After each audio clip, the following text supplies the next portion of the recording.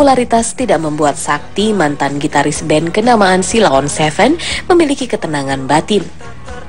Kesibukannya sebagai personil band kala itu membuatnya jauh dari keluarga, terutama sang ibunda. Bagi lelaki asal Jogja ini, popularitas itu bukan segalanya. Hingga akhirnya dia memutuskan untuk keluar dari band yang membesarkan namanya dan mencari tempat singgah untuk ketenangan batinnya dengan belajar agama dan mendekatkan diri dengan Allah Subhanahu wa Ta'ala.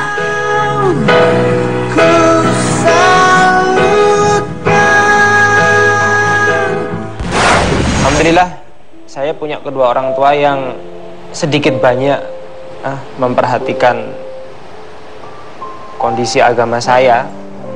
Meskipun nggak kayak Bang Ridwan ya. Orang tuanya sangat memperhatikan kondisi agama anaknya, ngajarin anak baca Quran ya. Itu beliau pasti punya motivasi ya, supaya anak-anaknya jadi anak yang solehah ya. Jadi anak yang berbakti pada orang tua ya.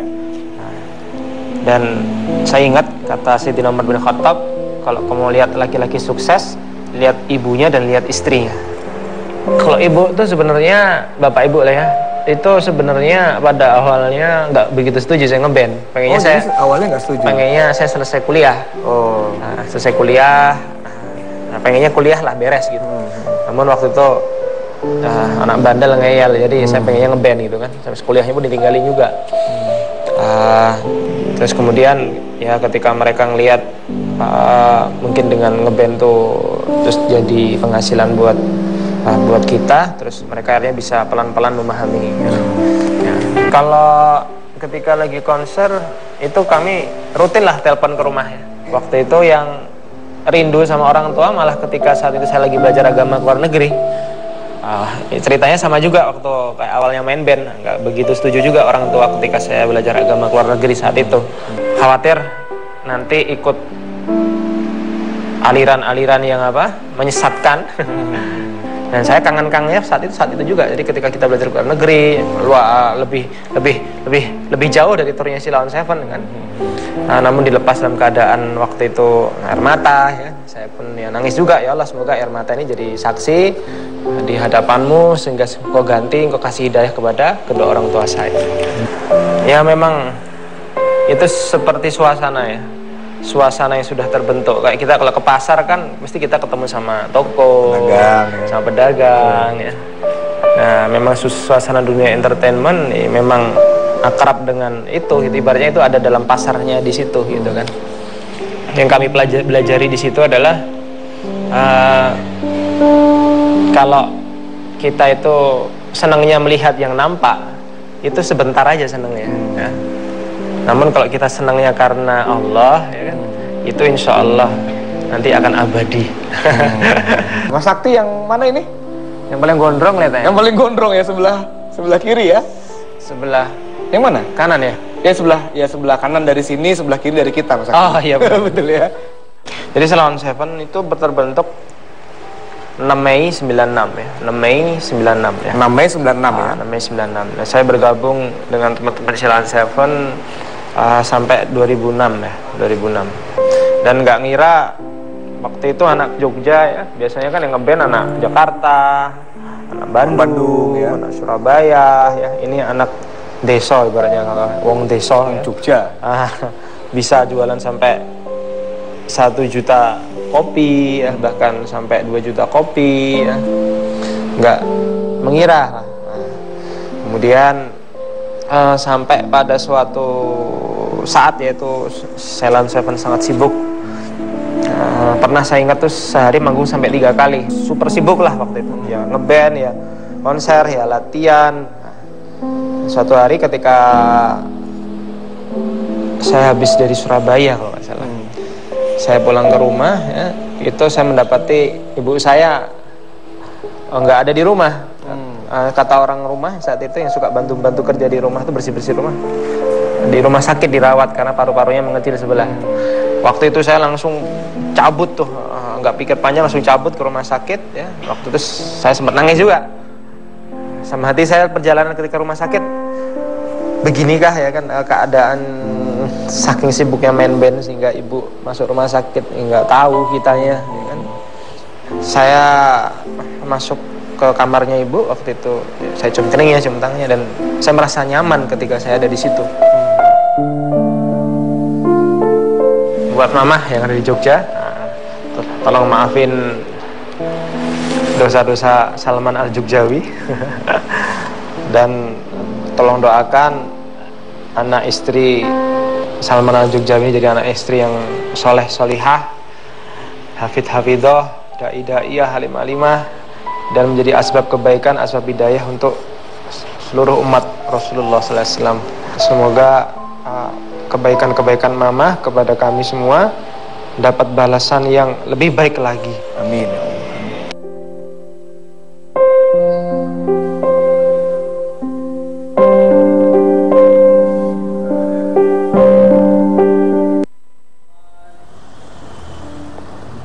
Assalamualaikum warahmatullahi wabarakatuh. Waalaikumsalam warahmatullahi wabarakatuh. Mudah-mudahan semua tetap sehat. Amin. Yang masih sendiri jomblo cepat dapat jodoh. Amin. Yang udah dapat jodoh mudah-mudahan istiqomah sama jodohnya. Amin. Kalau ngomongin masalah hidayah, memang hidayah ternyata itu cuma urusan Allah. Allah yang maha berhak menentukan hambanya yang mana yang berhak dapat hidayah. Bahkan seorang kekasih Allah saja, baginda Rasul Muhammad SAW, tidak dikasih hak oleh Allah untuk memberikan hidayah kepada siapapun. Innaka lan tahdi man ahbabta. Wahai Muhammad, engkau tidak akan pernah sanggup memberikan hidayah kepada orang yang engkau cintai, engkau sukai. Walakinnallaha yahdi may yasha. Tetapi Allah memberikan hidayah kepada siapa saja yang Allah mau. Yang tadinya bandel, tukang mabok, main judi, tapi kalau Allah sudah berkehendak bisa dapat tuh hidayah.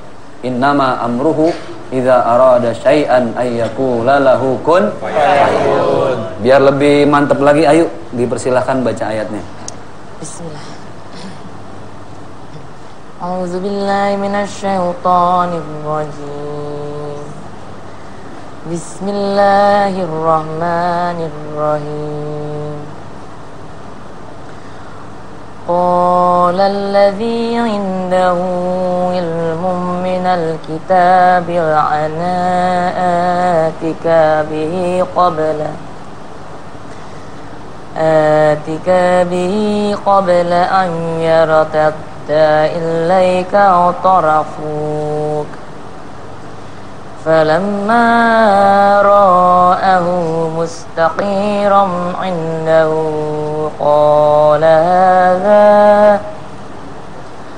قال هذا من فضل ربي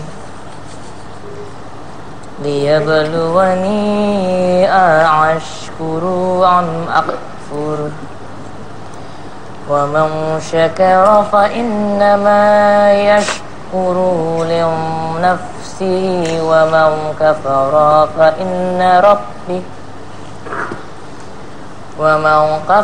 فإن ربي غني كريم صدق الله العظيم. Sadaqallahul azim wa sadaqa rasuluhul karim wa nahnu ala dzalika minasyahidin wa syakirin walhamdulillahi rabbil alamin. Jadi yang namanya rezeki, Bang, bukan cuma uang.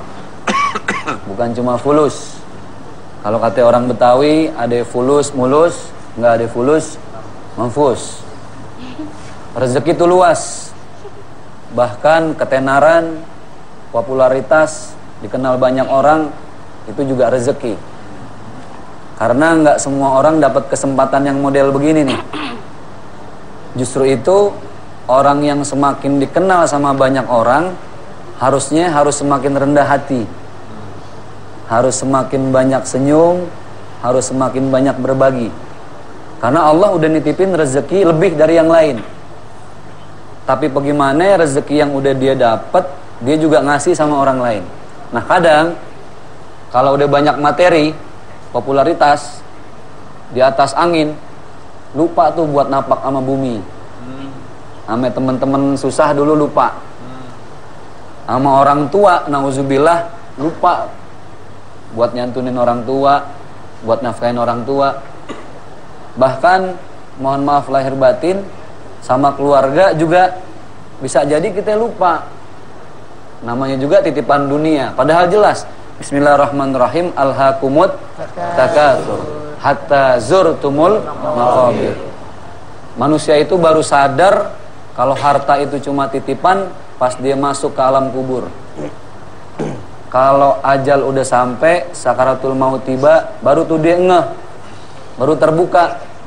Oh, ternyata semua cuma titipan dari Allah Subhanahu wa Ta'ala.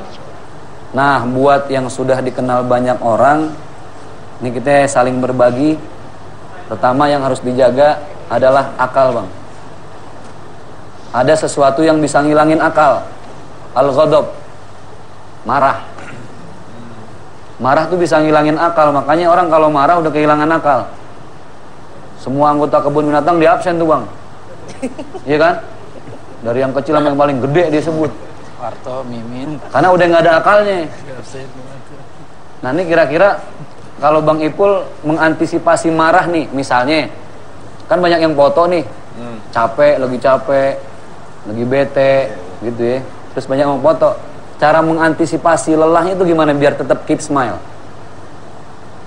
Kira-kira. Kalau saya sih, ya maklum lah, saya kan artis terkenal ya, Ustaz. Kalau sama yang ini kenal juga berarti ya? Waduh. Kalau itu kan dulu pernah foto waktu di buku ijab kabul bareng berdua. Oh. Gak usah ungkit-ungkit yang dulu. Kalau saya sih orangnya walaupun capek, karena kan berpikir dulu kan belum jadi apa-apa ya. Sekarang emang udah jadi apa-apa? Iya, maksudnya jangan lupa kalau kok ngomongnya kayak salah tingkah gitu sih berdua. Enggak, maksudnya gini. Saat biar bagaimanapun kan yang bisa yang asbabnya kan yang bikin besar kan fans. Betul. Jadi ya kan aneh kudu ngeladenin mereka kan, karena kan tanpa adanya fans kita bukan apa-apa, betul? Benar-benar. Ini aja fans saya sebenarnya, Ustaz. Jangan sombong, kemarin gue minta foto melengos. Lagi minta foto lagi dipanggil orang. Jadi yang jangan berteman. Ustaz, Ana mau nanya deh. Iya gimana? Pertanyaannya gini. Popularitas itu kan katanya ada di atas, ada di bawah. Bisa nggak, Ustaz? Gimana caranya supaya popularitas kita tuh tetap ada di atas? Iya. Yang namanya roda kan katanya kadang di atas, kadang di bawah. Iya. Itu Islam bagaimana? Apakah ada solusi di dalam Islam supaya kita tetap berada di posisi di atas? Kalau orientasinya cuma sukses itu kan niatnya satu, dikenal banyak orang, dapat harta berlimpah, banyak, sukses. Tapi ada yang kita lupa, bahwa di balik sukses ada sesuatu yang jauh lebih mahal. Apa tuh, Ustaz? Berkah, Bang.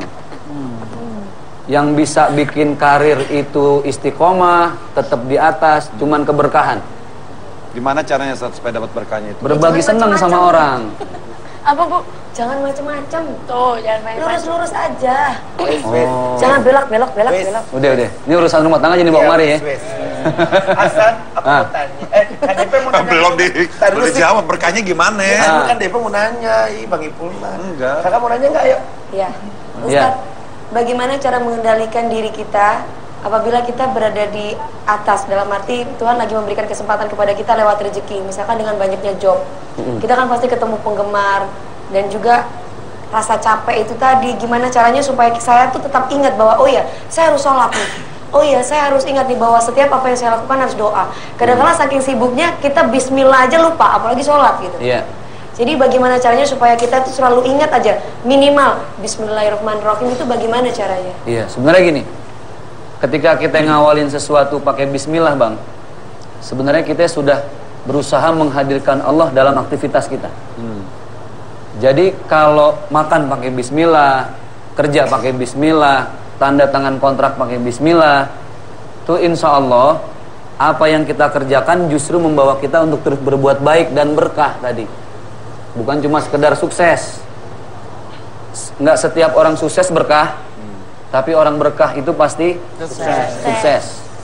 Bagaimana caranya buat berkah? Tadi yang Bang Ipul tanya ya. Pertama, jangan lupa bahwa gimana pun pada awalnya kita bukan siapa-siapa. Apalagi udah ngerasain dari nol gitu ya. Betul. Sampai terus dikenal banyak orang. Jangan lupa dulu di titik kita nol. Ya. Siapapun orang yang saat itu ada di samping kita, nemenin kemana-mana, sampai minjemin uang, kita nginep di rumahnya. Nah jangan lupa, ini yang begitu kita bahagiain, insya Allah berkah. Karena ternyata subhanallah, menurut saya rezeki itu nggak ada pintunya. Kan ada istilah pintu rezeki. Menurut saya rezeki itu cuma sejengkal, kebaikan itu cuma sejengkal. Jadi apapun bisa jadi rezeki dan kebaikan kalau kita mau menjadikan itu kebaikan. Ustaz, aku mau tanya tuh, Iya. kalau kita sudah melaksanakan itu semua, tapi kita masih dinilainya ria, terus kita masih dinilai selalu minus lah gitu ya, maksudnya sombong atau lupa diri atau apa, gimana? Padahal kita tuh sebenarnya tidak memiliki hal itu, tapi kita dinilai orang seperti itu. Penilaian orang berbeda. Iya. Gitu. Kadang gini sih, kalau kita lagi berbuat baik, kadang harus budek juga Bang sama orang. Iya. Jangan terlalu sering dengar apa kata orang. Kan ada ceritanya tuh, ada bapak sama anak punya onta. Ini onta awalnya cuma diseret-seret doang berdua-duaan. Orang sekampung bilang apa? Tuh lihat bapak sama anak punya onta nggak dinaikin. Bapaknya denger dong, bapaknya naik, anaknya nuntun. Orang sekampung bilang apa? Tuh lihat bapak nggak ada sayangnya sama anak. Tapi kata jangan bapaknya, sakit hati, jangan. Jangan sakit hati. Oh, jangan, iya. Tukar posisi. Bapaknya nuntun, anaknya naik. Orang sekampung bilang apa? Tuh lihat anak nggak ada hormatnya sama bapak. Pusing, begini salah, begitu salah, serba salah. Ujung-ujungnya tuh onta digendong bareng-bareng Bang. Jadi harus gimana dong, Ustaz? Ya udah, selama kita niatnya lillahi ta'ala, kan cuma kita yang tahu. Perkara nanti orang mau nilai begini begitu, wallahu a'lam bisawab. Cuma kita ya urusannya sama Allah yang tahu. Saat kalau tiba-tiba dia di atas terus jatuh, itu kenapa? Gentengnya kali. Ustaz, satu lagi dong. Maksudnya popularitasnya tiba-tiba, dulu kan dia terkenal, tiba-tiba sekarang dia nggak jadi apa-apa, itu karena kesalahan apa, Ustaz? Gini Bang, ada hukum alam yang kita lupa. Sesuatu itu yang bagus adalah istiqomah. Biar kate pelan, sedikit, yang penting konstan. Istiqomah. Kadang kalau terlalu melejit juga, cepat jatuhnya. Itu kenapa, Ustaz? Bagaimana supaya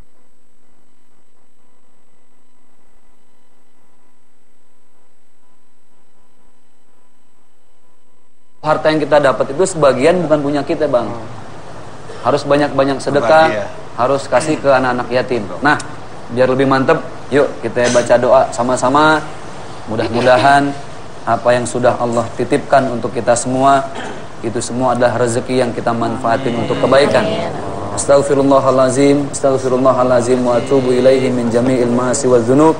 Ya Rabbana lakal hamdu kama yanbaghi li jalali wajhikal karim wa li azimi sultanik. Ya Allah, beri kami kekuatan untuk bersyukur dengan apapun yang sudah Engkau titipkan dalam hidup ini ya Allah. Karena kami yakin semua apa yang Kau titipkan ada saatnya nanti Engkau ambil semuanya. Jangankan harta, jangankan kendaraan, jangankan popularitas, bahkan nyawa yang ada dalam jasad ini suatu saat pasti akan Engkau ambil ya Allah. Ya Rabbana ya Karim, beri kami kekuatan untuk bersabar dengan segala musibah yang ada di hadapan kami. Betapa kami yakin, karena tidak selamanya musibah itu adalah musibah. Kami yakin ada saatnya Engkau memberikan di balik musibah itu adalah hadiah indah untuk kami. Amin, ya Allah ya Karim ya Mujibas Sailin, jadilah kami orang yang kuat, orang yang istiqamah, selalu berbagi bersedekah kepada orang yang memerlukan. Ya Allah, jadikan kami anak-anak yang berbakti kepada ayah dan ibu kami, kepada orang tua kami, dan jadikan kami imam-imam bagi makmum kami, istri dan anak-anak kami. Ya Allah, dan jadikan kami yang perempuan sebagai makmum yang taat terhadap suami atau imamnya. Allahumma ghfir dzunubana wa dzunuba walidina warhamhum kama rabbawna shighara. Ya Allah, jadikanlah rezeki popularitas kami ini ya Allah sebagai sebuah sarana untuk kami banyak berbagi kebaikan terhadap siapapun. Jangan Kau jadikan itu fitnah, jangan Kau jadikan itu sesuatu yang mudarat untuk kami. Rabbana atina fid dunya hasanah wa fil akhirati hasanah wa qina adzabannar walhamdulillahi rabbil alamin. Semoga bermanfaat dunia akhirat. Amin.